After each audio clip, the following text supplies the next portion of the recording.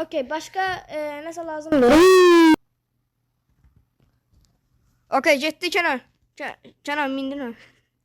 Yox, evdə qalmışam. Uşaqlar gedirik. Gedirik ya. Özdə ki biz hara gedirik? Biz hara gedirik? Sen malsın. Her zaman arka koltuğu seviyorum.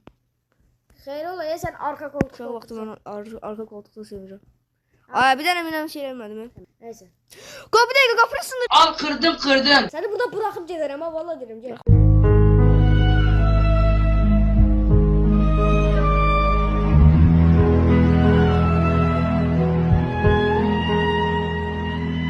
Maşına bax, çətin, maşına bax.